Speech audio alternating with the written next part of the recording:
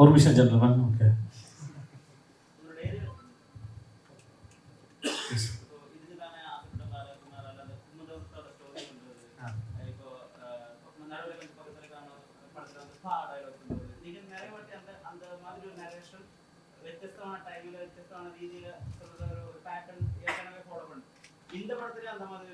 Sir Kumudha ஹாப்பிக்கும் நான் காரணம் இல்லை, பாவுக்கும் நான் காரணம் இல்லை, என்னாச்சு நான் காரணம் இல்லை, ஆரி ஓகே பேபி நான் காரணம் இல்லை, திஸ் லக்ஷ்மி நான் காரணம் இல்லை.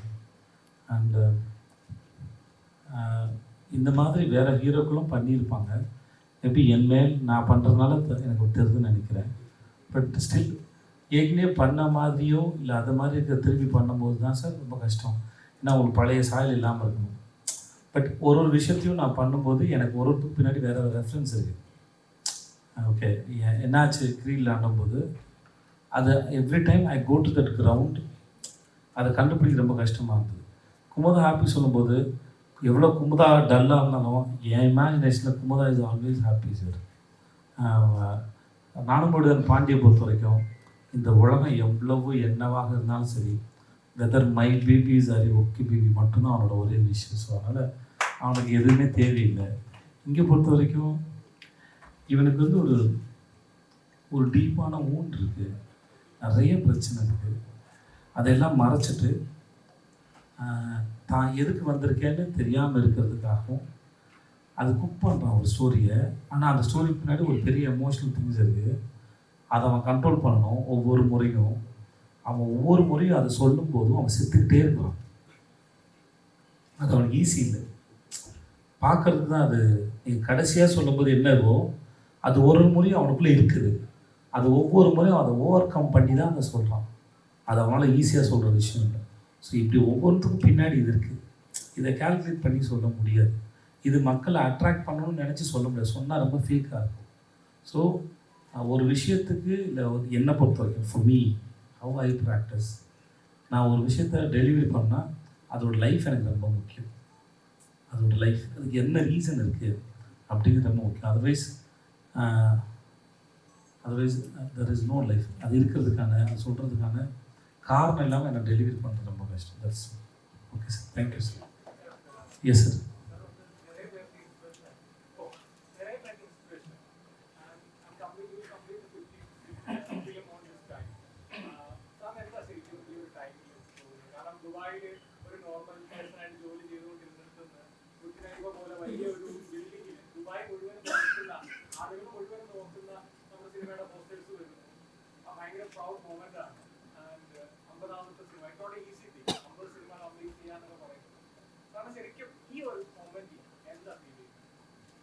சத்தியமாக நான் ஒன்றுமே நினைக்கல சார்.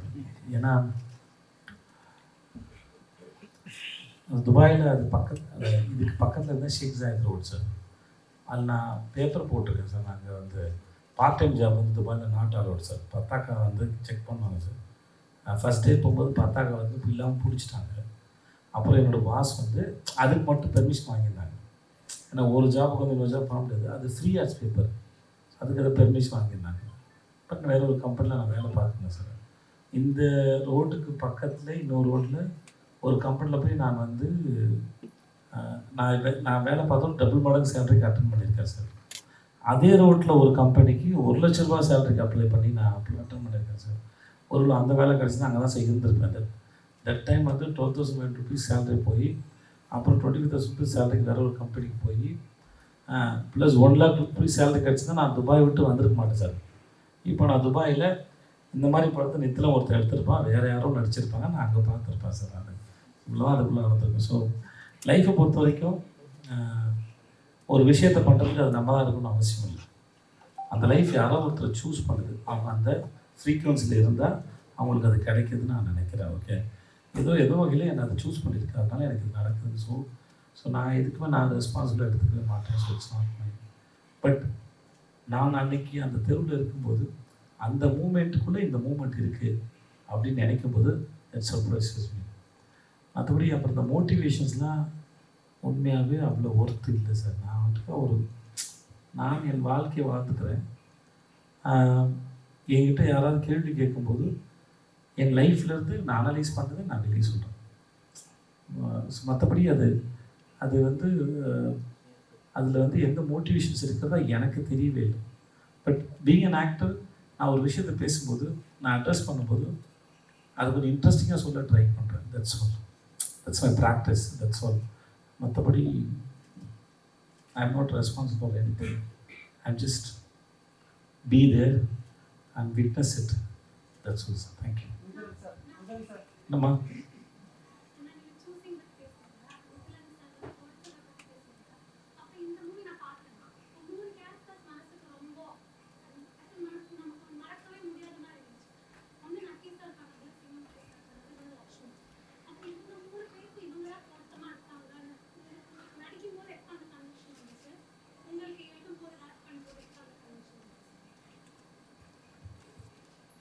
ஆக்சுவலி ஒரு பதில் இது போதும், அவர் சொல்லட்டும். அதுக்கு முன்னாடி இந்த நான் லிவிங் திங் பற்றி பேசுகிறீங்க, இந்த லக்ஷ்மி. அது நான் முன்னாடி ஒரு இடத்துல சொல்லியிருக்கேன், இந்த யூனிவர்ஸில் எல்லாத்துக்கும் உயிர் இருக்குது அப்படி தான் நான் பிலீவ் பண்ணுறேன். நான் அது எங்கே, யாருக்கு, எதுக்காக அப்படிங்கிறது மட்டும்தான் இது. அப்படி தான் லக்ஷ்மி. என்னோட ஷார்ட் ஃபிலிமில் ஒரு ஸ்பூன் ஃபோர்க்கு வச்சு நான் ஒரு படம் ஷார்ட் பண்ணியிருந்தேன். அது பன்னியாரம் பக்கத்தில் கார் இப்படி இருக்கும். காஸ்டவேல வில்சன் பால், அவனுக்கு ஒரு உயிர் இருக்கும். அந்த மாதிரி தான் நான் வந்து எடுத்துக்கிறேன். நான் ஒரு ஒரு ஒரு ஃப்ராங்க் வீடியோ பார்த்தேன். யாரோ பாட்டு கேட்டுருப்பாங்க, தெரியாமல் அவங்களோட போய் இயர் கேபிள் அந்த டப்புன்னு கட் பண்ணிவிட்டு புதுசாக கொடுத்துட்டு இருந்தேன். டப்புன்னு அது மாதிரி ஒரு லேடி பாட்டு கேட்டுருக்காங்க, டப்புன்னு கட் பண்ணிட்டாங்க, அந்த ஒயர் கட் பண்ணிட்டாங்க. கட் பண்ணிட்டு புதுசாக தூக்கி அடிச்சாங்க. என் ஹஸ்பண்ட் வாங்கி கொடுத்ததுரா, இறந்து 1 மாதம் ஆச்சு. நான் அவங்க நினைப்ப வச்சுட்டு கட் பண்ணிட்டு சொல்லி கடுப்பாயிட்டாங்க. அது அவங்களுக்கு உயிர். அப்படி தான் நான் பார்த்துக்கிறேன். Okay, hope you understand. Okay, என்ன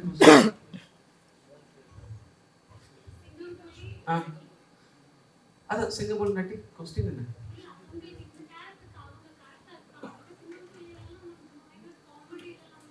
ஓகே ஓகே. இல்லை, வெற்றிமாறன் சார் நிறைய தடவை சொல்லியிருக்காரு. பாலுமந்திரா சார் சொன்னதாகவும் வெற்றிமாறன் சொல்லியிருக்காரு, ஒரு படத்துக்கான தேவையை அதையும் எடுத்துக்கும், நாம் அதை செட் பண்ணுற ஒரு டூல் தான் அப்படின்னு. ஸோ அது மாதிரி தான் எல்லாம் கொஞ்சம் ஃபிட்னு ஆகிட்டாங்கல்ல. ஸோ அப்படி தான் நான் நினைக்கிறேன். இதுக்கு தெளிவான விளக்கம் எனக்கு சொல்ல தெரியல. இல்லை, ஒரு வகையில் அது ஒரு பாராட்டுன்னு வச்சுக்கோங்க. ஏன்னா ஒரு கேரக்டர் ஒரு ஆக்டர் பண்ணதுக்கப்புறம் உங்களுக்கு வேறு ஆக்டர் யாரும் ஞாபகத்துக்கு வரலன்னா அந்த ஆக்டர் ரொம்ப நல்லா பண்ணியிருக்காருன்னு அர்த்தம். That's all. அது எல்லாரையும் நாங்கள் கமிட் பண்ணும்போது நான்னா நானும் என்ன முதல் பண்ணிப்பேன். விஜய் சேதுன்னு ஒருத்தன் சொதப்பி இருந்தானா வேறு யாராவது போட்டுக்கலான்னு நீங்கள் நினைப்பீங்க. ஸோ அதனால் அந்த ஆக்டரோட understanding about the character, about the scene, அது உங்களை கன்வின்ஸ் பண்ணுறதுக்கு ட்ரை பண்ணுறாங்க. அப்போ அந்த ஆக்டர் பெர்ஃபார்ம் பண்ணதுக்கப்புறம் உங்களுக்கு வேறு யாரும் ஞாபகத்துக்கு வரலைன்னா they are great actors. So லக்ஷ்மிக்கு அப்புறம் வேறு யாரும் ஞாபகத்துக்குனா ஏன்னா என்னால் அந்த கதை கேட்கும்போது குப்பை தொட்டி வச்சு எப்படி நான் மூவ் பண்ணுறது, நான் வந்து அந்த ஸ்டோரியில் அங்கே நின்றுட்டேன். நான் போலீஸ் ஸ்டேஷன் போய் குப்பை தொட்டியை காணணும்னு கம்ப்ளைண்ட் கொடுக்குறது, அந்த குப்பை தொட்டி வந்து குழந்தைய காப்பாற்றி சொல்கிறது வந்து நான் நம்பலை. இது எப்படி எப்படா இது எப்படி எடுத்துகிட்டு போகிறதுன்னு கேட்டேன். எடுத்து சொன்னால் அண்ணன் அதை கிராஸ் பண்ணிவிடுங்க, கதைப்படி ஒரு குப்பை தொட்டி வேணும், அது இரும்பில் இருக்கணும், அந்த ஐடியாவை பின்னாடி பார்த்துலான்னு சொல்லிட்டு அப்புறம் அந்த குப்பை தொட்டி பார்க்கறதுக்கு சாமி மாதிரி இருக்கணும், ஒரு குழந்தை உயிரை காப்பாற்றி, அப்போ அது பார்க்க எவ்வளோ இருக்கணும், அதை யோசித்து அதை உருவாக்குறது. அது வெறும் பட்டை அடித்தா மட்டும் குப்பை தொட்டி கடவுள் ஆகிடாதுல்ல. அப்புறம் அதுக்கு ஒரு இதெல்லாம் என்ன சொல்ல பீடிங் மாதிரி அடித்தது, இதெல்லாம் சேர்ந்து அது ஒரு பார்க்கும்போது உயிருள்ள பொருள் மாதிரி மாறுது. அதை க்ரியேட் பண்ணது வேணால் ஒரு 10% இல்லை 20% இருக்கலாம். அப்புறம் அதுக்கு பின்னாடி சொன்ன ஸ்டோரி ஒரு 50% இருக்கலாம். அப்புறம் நீங்கள் அதை நம்பினது அது 100% மாறி இருக்கலாம். ஸோ அதனால் அது ஒரு ஸ்டேஜில் அது கிராஸ் ஆகிருக்கும். எல்லாம் சும்மா நீங்கள் சொல்கிறது.